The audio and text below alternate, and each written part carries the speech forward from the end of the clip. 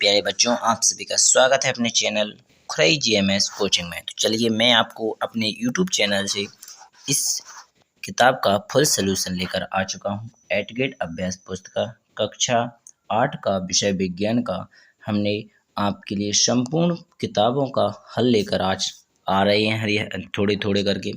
तो यहाँ पर हम आपके लिए पार्ट 5 तक का जो कक्षा 8 का है विज्ञान का सलूशन लेकर आ चुके हैं।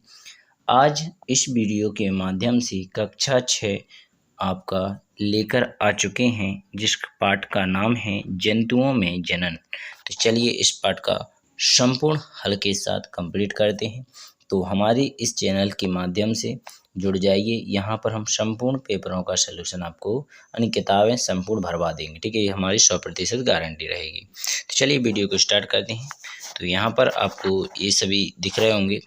तो यहाँ पर आपको भर लेना है, जैसे सजीव हैं जो इस तरफ भर लेना है, निर्जीव हैं उनको इस तरफ भर लेना है। तो यहाँ पर सजीव और निर्जीव यहाँ पर नाम दिए गए हैं, बताना है कौन है सजीव और कौन है निर्जीव। तो चलिए ऐसा करेंगे। यहाँ पर आप अच्छी तरह से देख रहे होंगे, वो भरा हुआ है, वो आप भर ही लेंगे। चलिए तो क्वेश्चन आंसर फर्स्ट आपको यहीं पर था।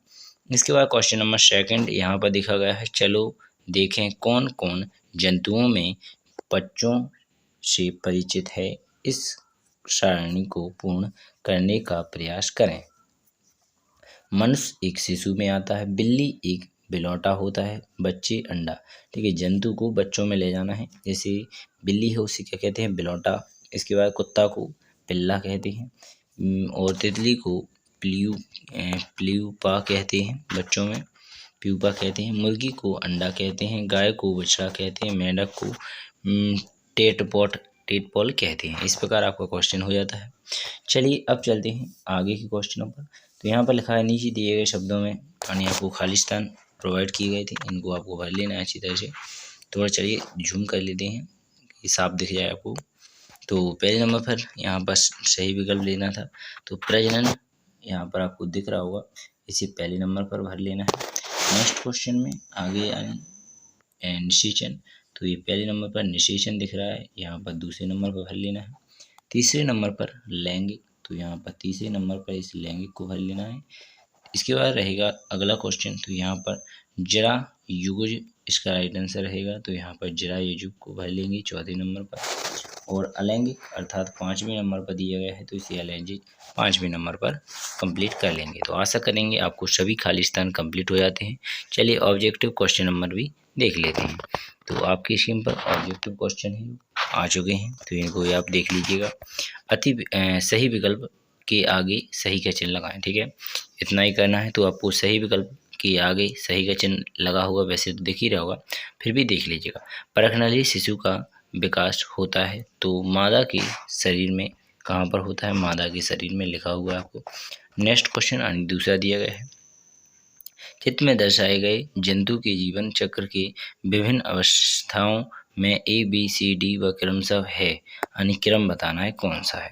तो सबसे पहले आपको बताना है अंडे है। अंडे से आरंभिक पेट्रोप यानी मेढक का पेट्रोप होता है, बाद का पेट्रोल होता है, फिर इसके बाद वयस्क मेढक हो जाता है। तो इस प्रकार इसकी जीवन घटना होती है, तो इसको भी देख लीजिएगा। इसके बाद नेक्स्ट तीसरे नंबर पर जो विकल्प है इसका देखेंगे। एक किसान अदरक की खेती करना चाहता है, वह परिवर्धन की कौन सी विधि उपयोग में लाएगा। तो यहाँ पर कार्यक प्रवर्तक की विधि लाएगा। क्वेश्चन नंबर 4, मेढक के जीवन चक्र का अवस्था टेडपोल के काव्यांतरण के लिए कौन सा तत्व पानी में उपलब्ध होता है। तो आयोडीन इसका राइट आंसर हो जाएगा। 5वां क्वेश्चन, द्विखंडन द्वारा जनन विधि पाई जाती है, अमीबा में पाई जाती है। इसके बाद आपके ऑब्जेक्टिव क्वेश्चन समाप्त होते हैं। अति लघुत्तरीय प्रश्न आप देखने जा रहे हैं। IVF का पूरा नाम बताइए। IVF का पूरा नाम इन्वेंटो बेसिचन, इस प्रकार निषेचन इसका राइट आंसर हो जाएगा। इन विट्रो निषेचन इसका राइट आंसर हो जाएगा आपका। इसके बाद नेक्स्ट क्वेश्चन दिया गया है, किस जीव का अंडा सबसे बड़ा होता है। शुतुरमुर्ग का अंडा सबसे बड़ा होता है। और अगर आपसे पूछ लिया जाए सबसे छोटा जीव कौन सा है, तो हमिंग बर्ड इसका राइट आंसर हो जाएगा। इसके बाद तीसरा क्वेश्चन दिया गया है, भ्रूण का निरंतर विकास कहाँ होता है? तो गर्भाशय में भ्रूण का निरंतर विकास होता है। इसके बाद क्वेश्चन नंबर 4 रहेगा, जनन क्या है? जंतुओं में जनन की विधियों को कौन कौन सी हैं? जनन जाति स्पीशीज की निरंतरता बनाने के लिए आवश्यक है। जंतुओं में जनन विधि 2 प्रकार की होती है, लैंगिक, अलैंगिक। चलिए थोड़ा और देख लेते हैं आगे। अति लघु उत्तरीय प्रश्न समाप्त होते हैं। लघु उत्तरीय प्रश्न देखने वाले हैं क्वेश्चन नंबर 5 से। आंतरिक निषेचन तथा बाह्य निषेचन में अंतर बताते हुए उनके उदाहरण दीजिए। आंतरिक निषेचन वह निषेचन जो मादा के शरीर के अंदर होता है, आंतरिक निषेचन कहलाता है, जैसे मनुष्य, गाय, कुत्ते आदि करते हैं। बाह्य निषेचन वह निषेचन जिसमें नर तथा मादा युवक का संलयन मादा के शरीर के बाह्य होता है, बाह्य निषेचन कहलाता है। उदाहरण के लिए मछली, स्टारफिश आदि। इसके बाद और भी जो क्वेश्चन है उनको भी देखेंगे। 5वें क्वेश्चन के बाद आता है 6वां क्वेश्चन, मानव शुक्राणु तथा मानव अंडाणु का नामांकन चित्र बनाइए। तो ये मानव मादा का है, ये चित्र आपका मादा का है, ये मानव का है। ठीक है, इस प्रकार आप समझ सकते हैं। ये शुक्राणु है, यहाँ पर ये मानव का जनांक है। ठीक है, शुद्ध भाषा में समझ लीजिएगा अपनी भाषा में। तो क्वेश्चन नंबर आपका आता है 7वां, मछली एवं मेंढक एक साथ सैकड़ों अंडे देते हैं, जबकि मुर्गी एक समय में एक ही अंडा देती है, क्यों? तो इस प्रकार का भी क्वेश्चन पूछ लिया जा सकता है आपको। तो मछली और मेंढक में बाह्य निषेचन होता है और ये अपने शरीर से बाहर सैकड़ों अंडे देते हैं, जो जल, वायु व वर्षा से प्रभावित होते हैं, और उन अंडों में से कुछ ही अंडे निषेचित होते हैं, जबकि मुर्गी में आंतरिक निषेचन होता है और निषेचित दर उच्च होती है। इस प्रकार आप समझ सकते हैं। इसके बाद अगला क्वेश्चन रहेगा 8वां, लैंगिक जनन और अलैंगिक जनन में क्या अंतर होता है? उदाहरण दीजिए। लैंगिक जनन में नर तथा मादा युवक का संलयन होता है, उदाहरण मनुष्य। अलैंगिक जनन में केवल एक ही जनन नर जीव को जन्म देता है, उदाहरण के लिए हाइड्रा, अमीबा आदि। इस प्रकार आगे देखेंगे। क्वेश्चन नंबर 9 आ जाता है। तो ये दीर्घ उत्तरीय प्रश्न आ चुके हैं आपके। जरायुगम जंतु तथा अंड प्रजक जंतुओं में उदाहरण देकर अंतर स्पष्ट कीजिए। जरा युक्त जंतु तथा अंड प्रजनन जंतुओं में अंतर वह जंतु जो सीधे ही शिशु का जन्म देते हैं, जरायुगम जंतु कहलाते हैं। वे जंतु जो अंडे देते हैं, अंडजनक जंतु कहलाते हैं। जरायुगम जंतु के उदाहरण गाय, घोड़ा, हाथी, गधा, बंदर आदि। अंडा प्रजनन जंतुओं के उदाहरण कबूतर, कौवा, मोर, डक, हंस आदि। इस प्रकार आप इनको सभी को देख सकते हैं। तो चलिए थोड़ा आगे का क्वेश्चन नंबर 10 देख लेते हैं। निम्नलिखित में से निम्नांकित के हाइड्रा में मुकुलन, ठीक है, हाइड्रा में ही भी एक एकल जनक से निकलने वाले उद्गमन से नए जीव का विकास होता है।